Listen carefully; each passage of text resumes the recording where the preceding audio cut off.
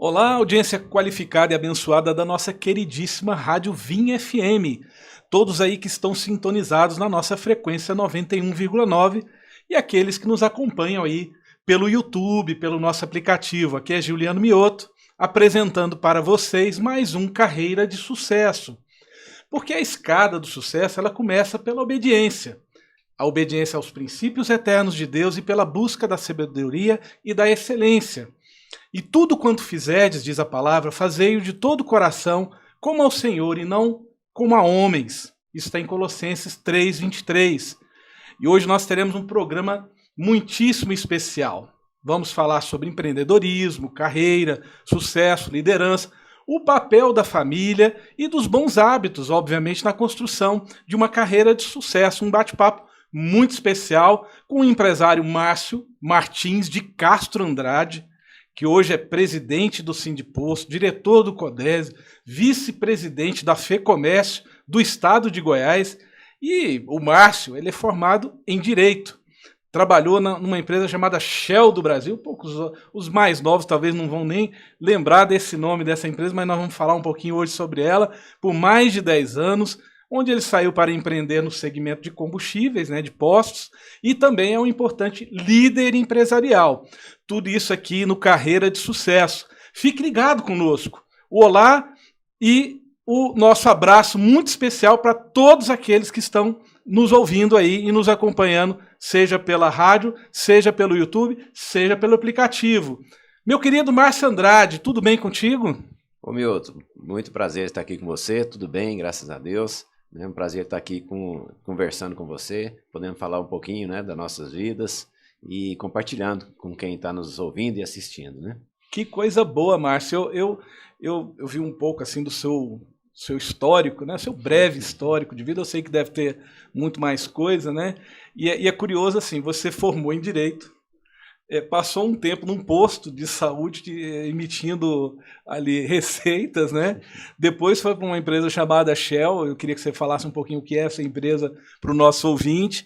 Ficou ali 10 anos, começou por baixo, Começou ali desde os graus mais baixos e foi subindo da empresa, E foi até chegar ali num cargo melhor e depois resolveu empreender num dos setores mais amados e odiados da sociedade, Que é o de postos de combustíveis. Todo mundo ama um posto de combustível porque a gente tem que ir lá toda semana, O que você entende, assim, Márcio, dentro dessa carreira sua, Que é uma carreira de sucesso. Você andou bastante para chegar aqui onde você está hoje. O que você poderia falar aí para o nosso ouvinte do seu começo, desafios e coisas que você aí teve que enfrentar durante toda essa trajetória? Bom, Milton, a gente, não sei se é uma carreira de sucesso, Mas é uma carreira realmente e uma vida, que a gente tem levado. Mas o começo, como qualquer um, Eu fui numa família de classe média, Nunca passando muitas dificuldades, aperto sempre, dificuldade nunca, Mas uma vida normal, mas estudando sempre, buscando estudar. E desde novo queria trabalhar muito. Meu pai me levava às vezes nas férias, para trabalhar. Ele era representante comercial. Então, seu pai era representante comercial? Isso, carregava pasta, Então, você já estava com a ideia do comércio aí. Ele era de vendedor, Ele era vendedor e ele representava algumas empresas e vendia para lojistas, para atacadistas, enfim. E muitas vezes eu queria estar muito junto com ele. Sempre eu ia trabalhar nas férias com ele e buscando fazer alguma coisa. Eu queria ganhar dinheiro, fazer alguma coisa, ter meu dinheiro, ter minha vida própria ali de independência. Mas meu pai sempre firmou lá que eu tinha que estudar primeiro, E só depois ele até colocou só depois que eu terminasse naquela época o ginásio, Tinha o ginásio. Que é o ensino médio verdade, hoje, E assim foi feito. E assim que eu fiz 18 anos, eu lembro claramente, assim, primeiro dia que eu fiz 18 anos, eu fui na Praça Cívica. Na época eu tinha ali o Ministério do Trabalho, fazia a carteira de trabalho. Eu lembro de lá. Ainda tem, Ainda tem, Eu acho que ainda tem numa esquina com a Araguaia, Tem um prédiozinho ali. Isso, só não existe carteira de trabalho não mais, Hoje mais, é digital, Mas a primeira coisa foi isso, sem ter noção de nada, onde eu ia trabalhar, nem nada, mas tinha que ter a carteira de trabalho, fiz datilografia, na época era datilografia, né? Ué, Márcio, eu também fiz o curso de datilografia. Não era expert, não, mas aprendi lá mais ou menos. Você tinha que bater não sei quantas toques por minuto, né? Concurso público que você ia fazer, você tinha que saber datilografia, né? Exatamente, né? Era um pré-requisito, né? Se você não tivesse. Exatamente. E a partir daí eu comecei a procurar emprego e tal, mas estudando, né? Passei no vestibular. E uma prima da minha mãe trabalhava na OSEGO, que era a Organização de Saúde do Estado de Goiás, Lembro, né? também. Que é a Secretaria de Saúde, vamos chamar assim. E tinha lá uns contratos especiais, que era pessoa que não era concursada, mas assinava um contrato para trabalhar por até 2 anos no máximo, né? E eu fiz isso, ela conseguiu lá e falei, melhor alguma coisa do que nada, né? E na ansiedade de ter alguma experiência, de aprender, e fui trabalhar lá no chamado CIAMS, Novo Horizonte, né? Eu lembro até hoje, era o Centro Integrado de Assistência Médica, né? Olha de Saúde. Só. E o que me arrumaram lá foi para aviar a receita. Na verdade, eu atendia, né? A pessoa ia lá, fazia. Você já estava formado em Direito, já? Não, eu estava estudando. Estudando Direito e aviando receita. E aí na farmacinha lá, trabalhava lá um período lá da manhã, estudava à noite já. Eu já prestei vestibular para estudar à noite, no turno noturno, já pensando em trabalhar, né? Só pensava em ter um trabalho. E fiquei lá, e foi uma experiência interessante, né? Porque ali você conviveu no meio de pessoas simples, né? Que realmente passam dificuldades, passam horas na fila para ser atendidas, né? É uma situação muito difícil. E pessoas trabalham ali também, que eu vi uma certa acomodação das pessoas que estavam ali, né? E eu percebi que não era isso que eu queria para mim, né? Então me incomodou muito estar ali, e eu não queria ficar ali por muito tempo, né? Então foi uma experiência para mim que mostrou exatamente que, assim, pelo menos o que eu não queria, né? Uma questão de acomodação. Eu queria coisas maiores e coisas que fossem mais relevantes. E a partir daí eu comecei a procurar, na época era classificado no jornal, né? Não tinha internet para a gente poder ficar procurando, né? Buscando situações assim. Então eu ficava olhando classificado direto e tal, e vi um classificado da Shell numa oportunidade. E fui lá fazer o teste, as entrevistas e tudo, e não passei, né? A Shell era uma empresa... A Shell é uma empresa, tem os postos hoje, né? Shell Sim. É uma distribuidora de petróleo, uma multinacional, que hoje... Que lá fora é produtora, né? Sim, de até petróleo, no Brasil também, né? ela explora alguns postos de petróleo, né? Que no Brasil hoje tem alguns postos que são privados, né? Mas ela é uma empresa multinacional, atua praticamente no mundo todo, e tinha sua filial no Brasil, e hoje ainda existe, mas hoje era a Raízen, né? Que ela é sócia, a Shell é sócia da Cosan. Sim. E fizeram uma joint venture e criaram a Raízen. E acabou indo também pro ramo de etanol, de usinas, né? de etanol, né? Então elas ampliou o negócio, e a marca Shell é utilizada pela essa empresa Raízen, né? No Brasil. E assim eu fiz esse concurso e não passei, né, no primeiro. Entendi. Mas fiquei procurando outras oportunidades e passou alguns meses, apareceu outra oportunidade na própria Shell também, né? E aí dessa vez eu passei, né? Só que não era na função que eu queria, que era a primeira vez, era uma função, né, de consultor de vendas, e eu passei para uma de escriturário, né, na segunda etapa.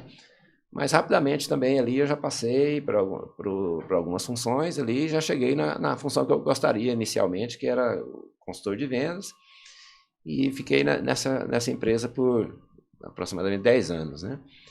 E igual ganhei algumas coisas, morei no interior, aqui de Goiás, morei em Rio Verde, né?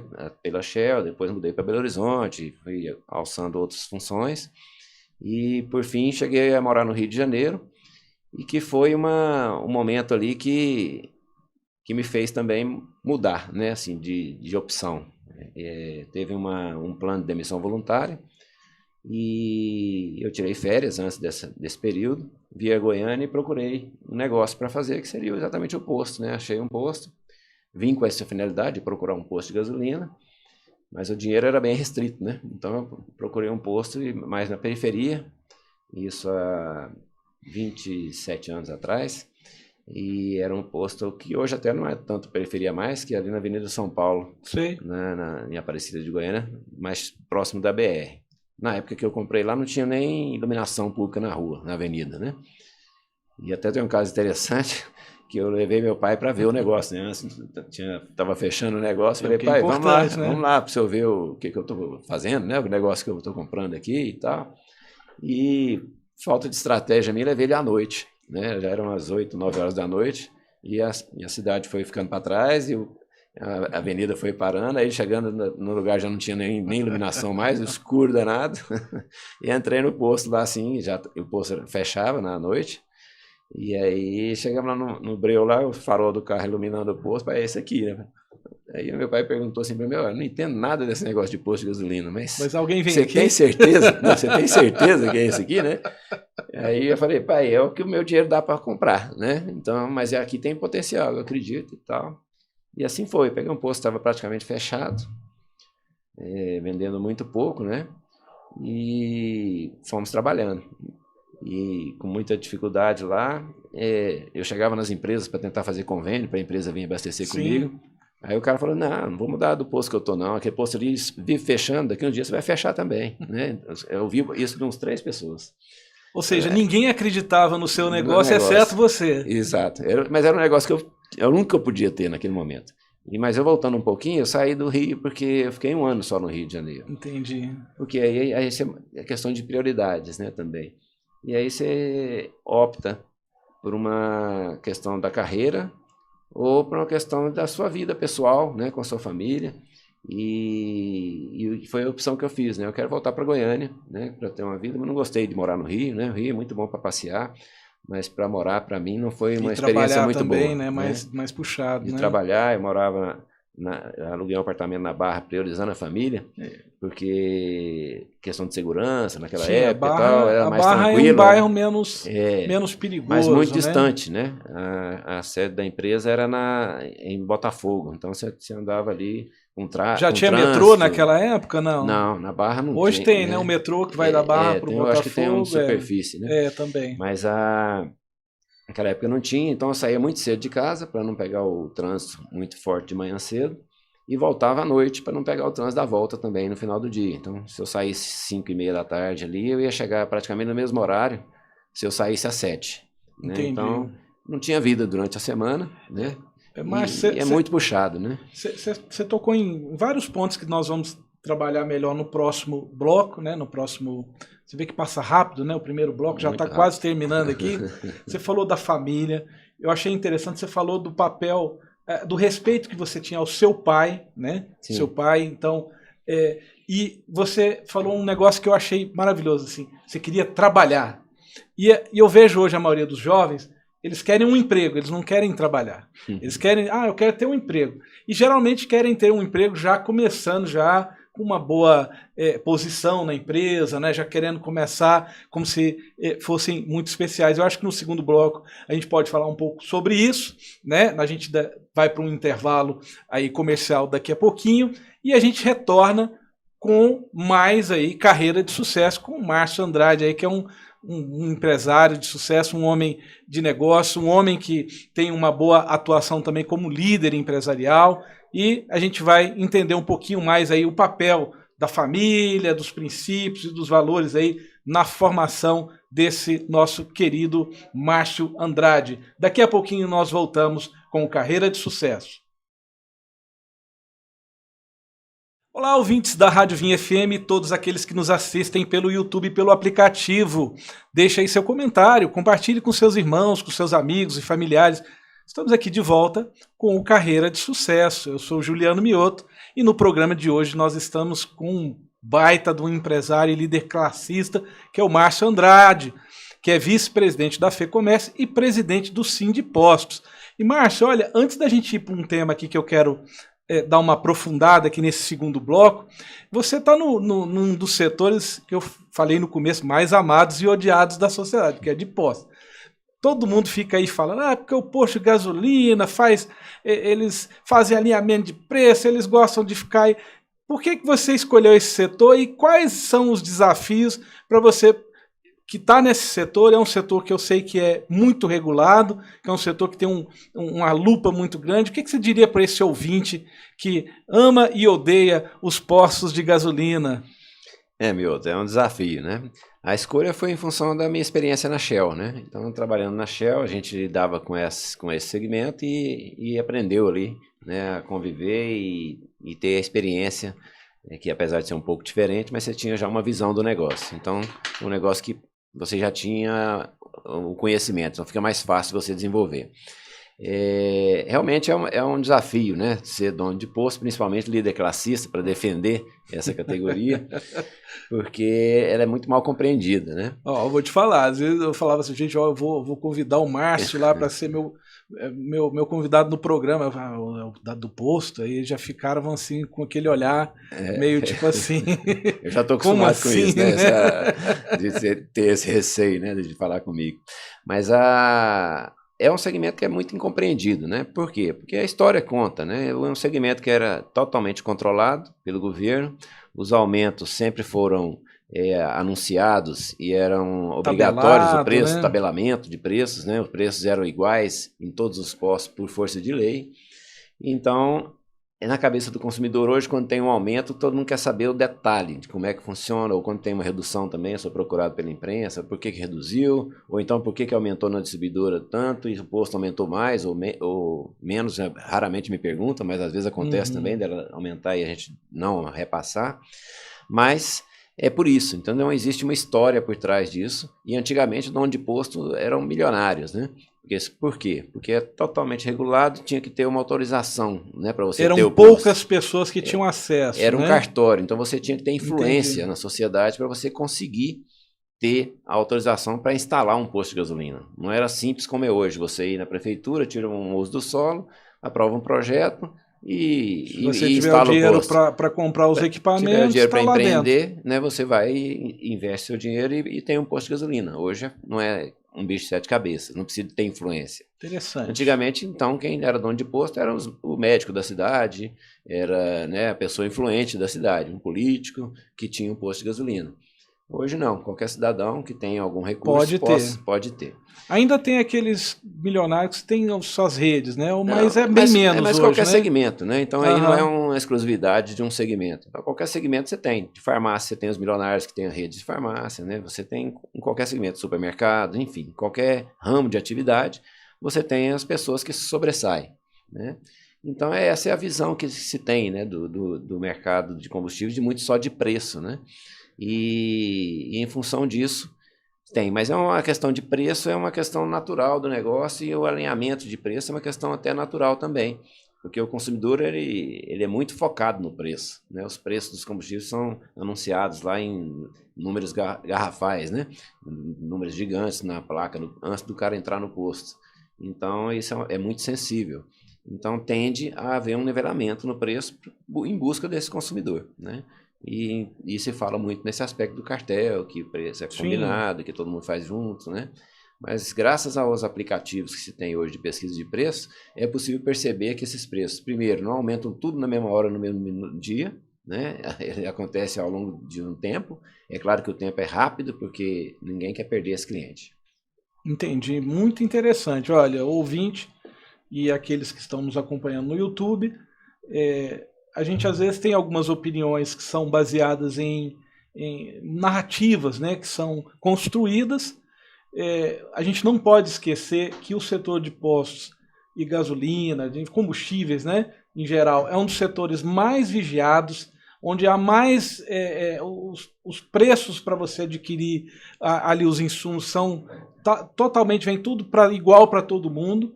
O que diferencia normalmente um de outro é como o Márcio falou, às vezes é um serviço a mais que se entrega ou é alguma situação ali setorial. E acho que a gente pode aí acompanhar hoje tudo pelos aplicativos e saber o que está acontecendo e, obviamente, se tiver alguma coisa errada, reportar aí. Hoje as autoridades estão bem atentas aí e não dá para ficar. Márcio, você falou de um negócio sobre a família, né? Você mudou para cá por conta da família, porque você queria ter uma vida mais próxima. E eu vejo que hoje uma grande preocupação da maioria dos empresários, dos empreendedores que eu tenho contato, é essa preocupação com o que a gente chama de perpetuidade dos negócios. A gente falava nos bastidores, eu falei, você não está trabalhando e fazendo o que você está fazendo porque você acha que é eterno, né? Todos nós sabemos que vamos, né, uma hora aí prestar contas e sair de cena. O que você... como que é o papel da família aí dentro da sua constituição, dentro daquilo que você se tornou hoje, e o que você vê aí e teria a dizer para nosso ouvinte, principalmente para o pessoal dessa nova geração que está aí um pouco mais perdida? O que eu usei de referência para a minha vida, né, não foi eu colocar um negócio em primeiro lugar. Né, eu nunca coloquei a minha empresa, os meus negócios como meu único fim, né, e como minha primeira opção, ou seja, minha prioridade máxima. Claro que é importante, dedico muito tempo para o meu negócio, né, óbvio, tenho que ter o sustento, ter meu empreendimento, mas a minha prioridade maior é minha família mesmo. Eu trabalhei para eu ter uma condição de vida razoável, para que a minha família também pudesse, né, ter seu sustento e que eu pudesse preparar meus filhos, né, para que eles tenham uma vida também que seja de sucesso, mas de sucesso não só no empreendimento, né, não só na parte financeira, muito realmente com os princípios, para que eles sejam felizes. Essa é a minha maior preocupação, né? Primeiro, nós como cristãos acreditamos na vida eterna, né? Então eu quero que eles primeiro tenham sucesso nessa parte, né? De ter a sua vida e a sua vida pós-morte, né? Vamos chamar assim, de sucesso. Esse que me importa realmente. Então eu sempre privilegiei de levá-los à igreja, de mantê-los nos caminhos do Senhor. Então, essa foi a minha prioridade máxima. E assim foi feito, né?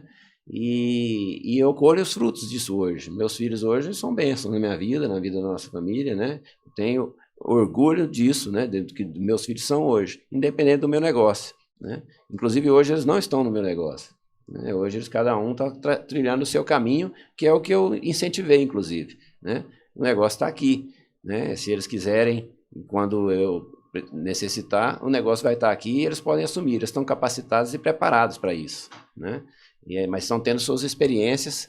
Eu sempre falei e fiz isso na prática. Eu queria que meu filho e meus filhos tivessem o seu trabalho, fossem empregados de alguém uns dias, porque eu acho que isso é importante do que ele começar a trabalhar comigo, né? Quando ele vier trabalhar comigo, se vier, eu tenho certeza que eu vou ter muito mais facilidade, porque eles já aprenderam, né, como é trabalhar para um terceiro, né, e podem ser donos do seu negócio hoje. E tem essa visão. Meu filho, por exemplo, ele tem vontade de empreender, ele quer ser um empreendedor. Hoje ele não está.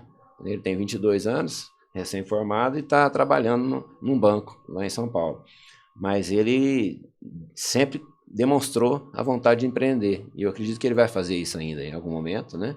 Talvez na minha empresa, ou talvez abrindo um negócio próprio, né? E é isso que a gente tem que incentivar, preparar eles para o mundo, né? Para prepará-los para desenvolver habilidades, para ter essa oportunidade de fazer sua própria história, seu próprio negócio. Muito interessante, porque a maioria das pessoas acha que você tem que correr atrás de dinheiro, atrás de emprego, atrás de...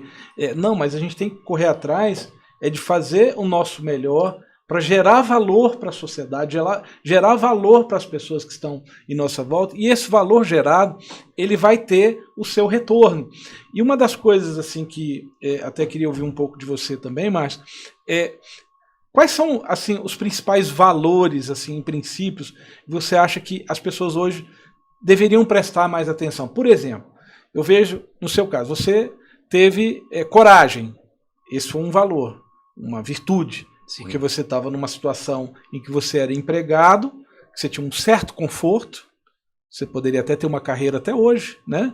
Na Shell, e você teve que ter a coragem de comprar um posto no meio do nada, sem energia, levar seu pai lá e ele orar por você, filho, Deus tenha misericórdia da sua vida, né? Enfim, exato. E você teve coragem, mas você teve também perseverança, porque teve muita porta fechada na sua cara antes de você conseguir prosperar, e teve aí várias qualidades. E o que você diria para o nosso ouvinte, para aqueles que estão nos acompanhando, quais seriam as características, as qualidades, ou seja, virtudes, valores, que você acha que nós precisamos prestar mais atenção? Certo. Primeiro eu vou falar uma que que é a principal, né? Seguir, obedecer a Deus, né? Primeiro passo. É o princípio da sabedoria, né? É o primeiro princípio, né? Assim, você tem uma vida que eu sempre fui acostumado a obedecer meus pais, primeiro, né? Então, é o princípio da obediência. Então, primeiro é isso, ouvir, né, os pais, ouvir o conselho dos mais velhos, né? Que isso aconteceu comigo, né? Durante a minha vida, não só dos meus pais, mas de pessoas, né, mais experientes, próximas a mim, que eu tive a oportunidade de conviver. E esse é um ponto fundamental. E iniciativa, né? Então, a iniciativa é fundamental, você olhar, avaliar e dar o passo, né? Você tem que tomar atitude, ter atitude, né? Iniciativa e atitude. Desde o começo, como eu falei no primeiro bloco, no sentido de buscar um emprego, buscar um negócio, eu não fiquei esperando ninguém me dar um emprego, né? Eu fui atrás, tive algumas oportunidades, outros não consegui, mas fui atrás e o efeito da coragem que você falou, quer dizer, em determinado momento, quando você às vezes acha que está estável, que tem uma oportunidade, estava numa grande empresa, e quando eu fui pedir demissão lá, me falaram, eu falei que é um plano de demissão voluntária, me falaram, isso aqui não é para você, você tem uma carreira aqui, você tem um potencial, né? Mas eu abri mão disso lá por outros fatores. No setor de marketing, então, inclusive, né? De comunicação e marketing, comunicação né? E marketing. Numa gerência lá de comunicação e marketing. Que hoje é uma área que está em alta, né? Inclusive, né? Sim, né? Sempre a comunicação é fundamental em toda atividade que você vai fazer. A comunicação é fundamental e ela te ajuda muito nisso, né? São alguns princípios. Direito também, ter feito direito me ajudou muito também, né? Dar uma visão ampla serve para qualquer tipo de atividade que você vai fazer. Então, são esses pontos, né? Valores principais para mim é a obediência, né? Buscar a Deus para poder tomar as decisões, não tomar só das cabeças da gente, né? E a iniciativa e a coragem de ir em frente, seguir em frente e tomar as decisões. Eu sempre falo para as pessoas que me perguntam, eu queria fazer alguma coisa, eu falo, olha, a primeira coisa que você tem que entender é quem é você no mundo, né? Acho que as pessoas precisam parar um pouco, assim, porque a gente tem muita informação hoje e as pessoas, até eu vejo os jovens muito perdidos, né, muito sem rumo. Então a primeira coisa que você tem que fazer é entender assim, o que você gosta de fazer, o que te atrai, o que faz com que você tenha, seu coração queime, seus olhos brilhem. Eu acho que é o primeiro passo, a pessoa entender qual é o propósito da sua vida. Tem um psicólogo que eu gosto muito, que ele criou uma escola chamada Logoterapia, que é o Viktor Frankl. E ele trabalhava sobre essa questão do propósito de vida, e ele fez um livro baseado numa experiência que ele teve no campo de concentração, e ele descobriu que as pessoas que conseguiram sobreviver àquele horror do campo e conseguiram se manter mais sãs, eram aquelas pessoas que mesmo naquele ambiente hostil e degradado, conseguiam manter um objetivo, um sonho, alguma coisa que fosse a família, que fosse alguma coisa assim.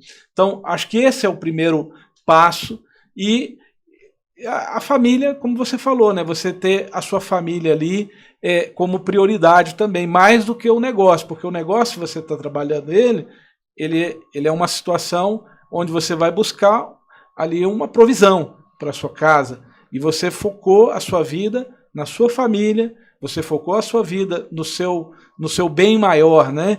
Porque quando você trabalha assim, você vai deixar alguma herança para os seus filhos? Pode ser que sim, e pode ser que não, né? Sim. Porque hoje você está numa situação boa, confortável, mas amanhã pode acontecer alguma coisa diferente. Mas os valores que você entregou para ele, ou para os seus filhos, são eternos, né? São valores que vão ser levados, ser gravados na alma dele.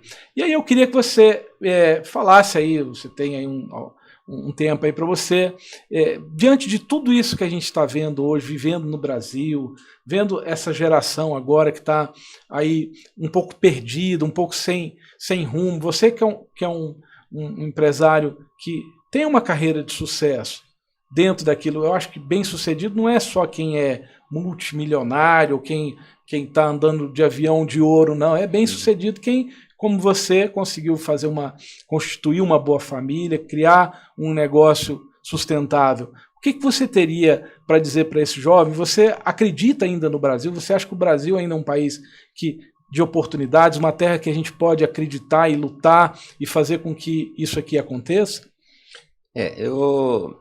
Primeiro assim, eu acho para mim a carreira de sucesso, que você colocou, eu queria pontuar isso, para mim é você voltar para casa e ter uma família, né? Uma família ali estruturada, né? Que você possa compartilhar ali sua vida, né? Com a sua esposa, com seu marido, com seus filhos, né? E esse é o sucesso, ter harmonia ali na sua casa, né? Então, você trabalhar, ganhar dinheiro é importante, né? Você precisa disso, ter sucesso nos negócios, na carreira do seu trabalho é fundamental também, né? Eu acho que é um conjunto, você ter o equilíbrio ali, ter os pratos todos rodando sem deixar nenhum cair, né? Isso é fundamental. Mas a família é o fim maior para mim, né? De voltar para casa e estar lá. Minha esposa está lá, né? A gente está juntos e os filhos, você vê os seus filhos evoluindo bem nisso, né? Eu vejo do país, com todas as dificuldades, né? Onde Deus nos coloca, a gente tem que superar tudo ali e conseguir realizar, né? E eu vejo que o Brasil é um país de grandes oportunidades, apesar de todas as dificuldades, de todos os malfeitos, de todas as desorganizações que existem, né? No nosso sistema tributário, né? Que está em discussão agora, enfim, uma série de fatores contra, mas é um país de grandes oportunidades. A gente tem que olhar para o lado bom ou para as oportunidades que tem e lutar, trabalhar e não ficar aí disperso, buscando achar desculpas ou respostas para a dificuldade que você tem e deixar de fazer ou de realizar, né? Então você tem que superar essas dificuldades. Não é fácil, né? Não é um caminho fácil, mas tá aí, né? A prova de tantas pessoas, né? Que saem do nada e conseguem prosperar. Como você disse, prosperar é avançar, é estar melhor do que você começou, né? Não é não se manter ali acomodado, né? Então, desculpa para ficar acomodado, para falar e botar a culpa de coisas que estão erradas, nós temos demais, né? No Brasil dá essa oportunidade para a gente, Sim. de ter muitas desculpas. Mas eu acho que é superar essas dificuldades. E o Brasil é um país de oportunidades, sim, de investimentos, né? É um país que tem um pouquinho de coisa que melhora, você vê investidores vindo para cá e investindo. Porque nós temos países da Europa que são ricos, tudo, mas as oportunidades lá são mais reduzidas hoje, né? Para você investir, para você ter um negócio lá, é muito mais difícil que aqui. Aqui um pouco você consegue fazer e começar, né? Lá as oportunidades são mais restritas, você já tem que ter muito capital, tem que ter muito, e o retorno é menor. Aqui o retorno é maior ainda. Então eu vejo isso como um lado positivo que a gente tem que acreditar e fazer. Excelente. Infelizmente nós estamos chegando aqui ao final do nosso programa Carreira de Sucesso. Eu gostaria de explorar muito mais aqui a sabedoria, as palavras aí do Márcio, que é uma pessoa que eu tenho aprendido a admirar cada dia mais. A gente convive lá nas ações da FEComércio, de outros meios, né, que a gente acaba se encontrando. E eu sei que ele tem muito a acrescentar e eu espero que a gente possa aí encontrar, através desse projeto, desse programa, encontrar sabedoria, encontrar palavras e coisas que possam nos inspirar para que a gente também tenha uma carreira de sucesso. Obrigado, Márcio. Obrigado, muito obrigado. Foi um prazer estar aqui com vocês. Pena que o tempo é curto, né? A gente podia ficar mais tempo aqui. Muito obrigado. Obrigado a você que nos acompanhou até aqui. Um grande abraço. E, se puder, comenta lá, compartilha e diz para nós o que você achou desse programa e desse bate-papo tão especial. Grande abraço a todos e até a próxima.